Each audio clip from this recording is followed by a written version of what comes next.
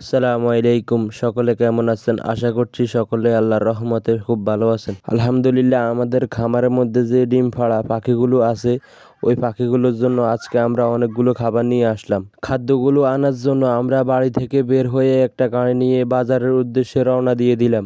দেখতে দেখতে আমরা বাজারে চলে আসলাম। বাজারে এসে নেমে আমরা গাড়ির ড্রাইভারকে ভাড়াগুলো দিয়ে দিলাম। বাজারে নেমে কিছুক্ষণ হাঁটার পর আমরা দোকানে চলে আসলাম। দোকানে ঢোকার পর আমরা দেখতেছিলাম আমাদের পাখির জন্য যে খাদ্যগুলো নিব ওই খাদ্যগুলো আছে কিনা।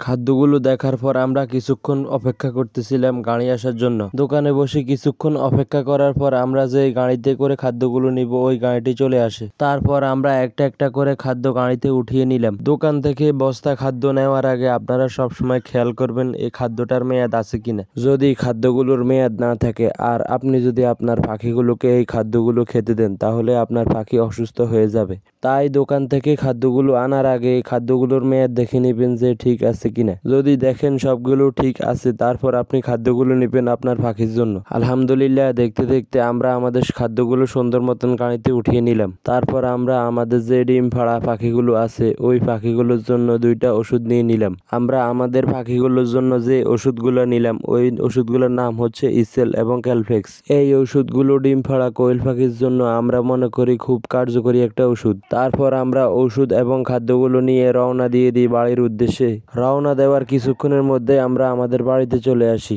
আমার হাতে যে বক্সটা দেখতে পাচ্ছেন ওইটা হচ্ছে মূলত একটা ইনকিউবেটর। মূলত আমরা যখন প্রথম কোয়েল পাখির খামার শুরু করি তখন আমরা এই ইনকিউবেটরটি এনেছিলাম। এই ইনকিউবেটর দিয়ে আমরা প্রথমে আমাদের খামারের বাচ্চা ফুটানো যাত্রা শুরু করি। কিছুদিন এই মেশিনটা দিয়ে কোয়েল পাখির বাচ্চা ফুটানোর পর আমরা এই মেশিনটা বিক্রি করে দিই, কারণ তখন আমাদের কোয়েল পাখির বাচ্চার চাহিদা বেড়ে যায়। এই কারণে আমরা তখন মেশিনটা বিক্রি করে দিই। আমরা মূলত যার কাছে মেশিনটা বিক্রি করি উনি আমাদেরকে ফোন দিয়ে বলেন তার আর মেশিনটার প্রয়োজন নাই। যেহেতু এই মেশিনটা দিয়ে হেসার করা যাবে তাই আমরা মেশিনটা নিয়ে আসি, কারণ আমাদের কাজে লাগবে। আলহামদুলিল্লাহ, দেখতে দেখতে আমরা আমাদের কোয়েল পাখির জন্য যে খাবারগুলো এনেছিলাম ওইটা নিয়ে যাচ্ছি আমাদের পাখির খামারে। খামারে এসে আমরা সুন্দর মতন খাদ্যগুলো নামিয়ে নিলাম যাতে কোনো অসুবিধা না হয়। এখন আমরা খাবারগুলো শুকনো জায়গায় রাখছি, কারণ খাবার ভিজে গেলে নষ্ট হয়ে যায়, পাখি খেতে চায় না। সবসময় মনে রাখবেন খাবার সংরক্ষণ করতে হবে পরিষ্কার, ঠান্ডা ও শুকনো জায়গায়। খামারে এসে দেখি পাখিকে যে খাদ্যগুলো খেতে দিয়েছিলাম ওই খাদ্যগুলো শেষ। আমাদের আগে যে খাদ্যগুলো রয়েছে ওখান থেকে কিছু পরিমাণে খাদ্য একটা বালতির মধ্যে নিয়ে আমরা পাখিগুলোকে দিয়ে দিতেছি।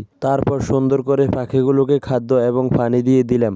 আমরা আমাদের ডিম পাড়া পাখিগুলোকে যে খাদ্যটা খাওয়াই ওই খাদ্যটার নাম হচ্ছে নারিশ কোয়েল ফিড।